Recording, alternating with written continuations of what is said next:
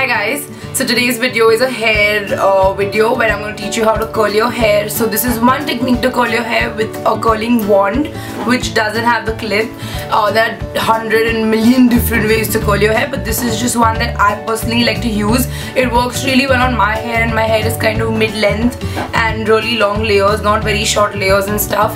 And also I live in Bombay, so all of you who live in any humid climate, or if you live in Bombay and you face the problem of like hairstyle is not lasting, this one will kind of do the job. So it won't last in the sense that it won't look identical from the time you do it till the end of the day, but it will definitely like hold, like your curls will loosen up but they'll still be intact. So yeah, I personally love this hair look, and it doesn't take too much time. It's not very complicated. You just need to know how to section your hair, like separate your hair, and that's it, you know, and just get a hang of using the curling wand. That's all that you need to know. And the products that you need are heat protecting spray, whatever you want. I'm using the L'Oreal Ever Slick, the new ones that have come. A hairspray, I'm using the L'Oreal Elnett hairspray, which is one of my favorites since it has a flexible hold, so it doesn't make your hair very crunchy and stiff. And you need baby powder to get like volume up here. Oh, and this hairstyle is really great to do on like second day hair. So don't do it on the same day that you wash your hair. Do it on like the next day or the day after that. It looks much better then, because it is a little bit messy, beachy wave look. And what else? You need a clip. So you need a clip like this, and if your hair is really thick, then you probably need 2 clips or more. And yeah, and you need a sectioning comb if I didn't already say that, and that's it.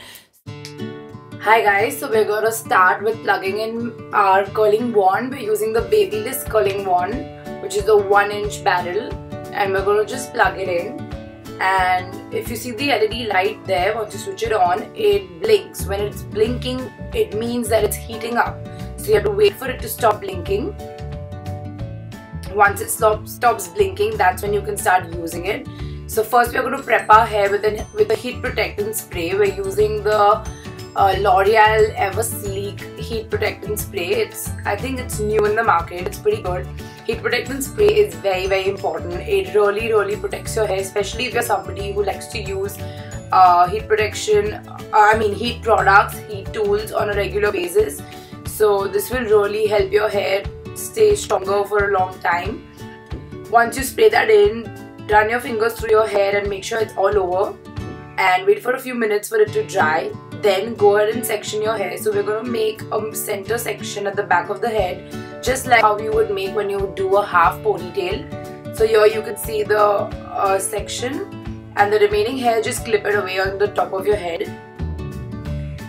After that, you're going to just comb your hair through. If your hair is not combed and has knots, it is very prone to breakage. So make sure that you comb it well and make sure there are no knots whatsoever. Depending on your hair's thickness, you divide your hair into 3 or 4 small sections, or even more. Now here you can see that the curling wand has stopped blinking. That means it is ready to use and it is completely heated up. So I'm going to do 2 sections because my hair is fairly thin. So I'm going to do 2 to 3 sections and curl them away from my face, so backward. Now the thing about a curling wand is that you need to hold it above your head like this, or above your head, rather than the regular way. So once you're done with curling the first section for 10 to 15 seconds, just drop it down, hold it in your palm for 2 to 3 seconds, and then drop it back. And then go ahead and do the next section. Also go ahead and do the other side. Now if your hair is thicker, then you can definitely use more sections, but make sure that your sections are not very thick. If your sections are thick, the hairstyle is not going to last. The section has to be of a reasonably medium thickness. So here I'm doing the other side really quickly, again curling it away from my face on that side. Now I'm dropping the hair that I had clipped up earlier, and removing 2 parallel sections, leaving the center section alone, and again clipping it away.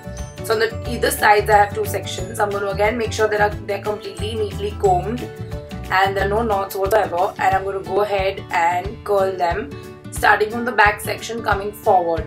Now if you feel that your hair is very thick and you need to use more heat protection, please go ahead and use it.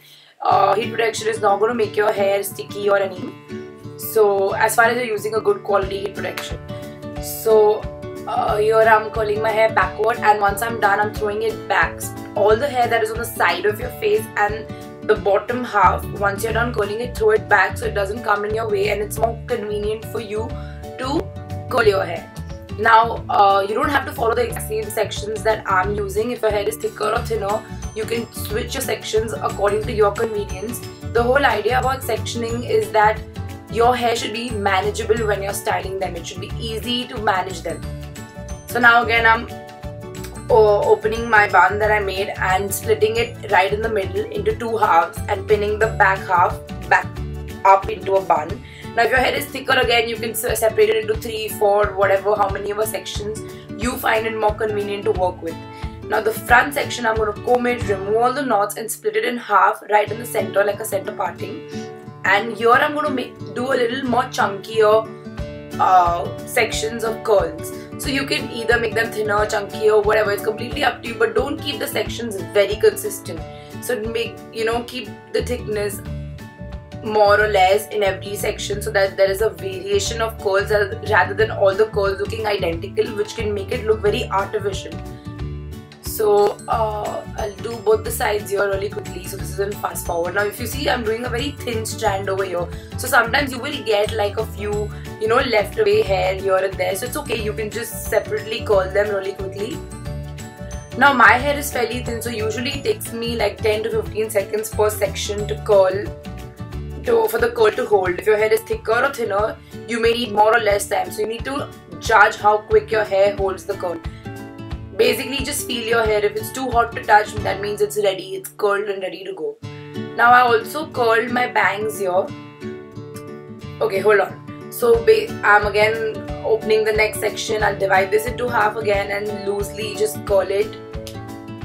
There you go, so dividing into half. If your hair is thicker or thinner, again you can make more or less sections, however it's convenient for you. Now about the bangs. So if you have if you have bangs or fringes, you can go ahead and curl them, especially if they are mid-length or long. But if they are really short, I would prefer that you would iron them straight or blow dry them straight and not curl them, because it could look funny. But if they are mid-length to long, if you curl them, they give you a very bohemian, beachy look, which is honestly very in and especially looks beautiful on highlighted hair. So if you have highlights in your hair, it's going to look stunning. So here I'm doing the other side really quickly and I'm just doing it loosely. I'm taking some thicker sections, some thinner sections, but no section that is really thick. Very thick sections are a bad idea because the curl will fall out very soon. One more thing, the curls look very artificial and springy right now, but they're not going to look like this by the end of the video. We're going to open them up. So here, so we're done with curling our entire hair. Now what I'm going to do is I'm going to separate them into 2 halves and I'm going to run my fingers down each side one by one. So if you see this side that I'm doing first, it looks so much more fluffier already just by running my fingers through it. Now I'm going to do the other side. So you see the difference.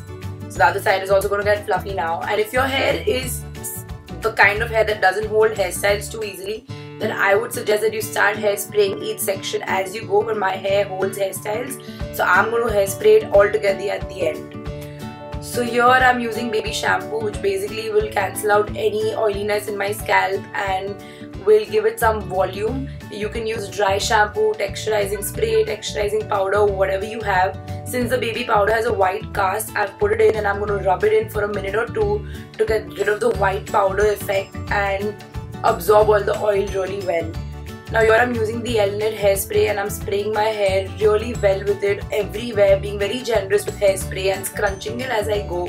I really like this hairspray because it doesn't make my hair stiff, it doesn't make my hair too hard to touch. It still makes my hair feel soft to touch. I can still run my fingers through my hair and I can still comb them out also if I want.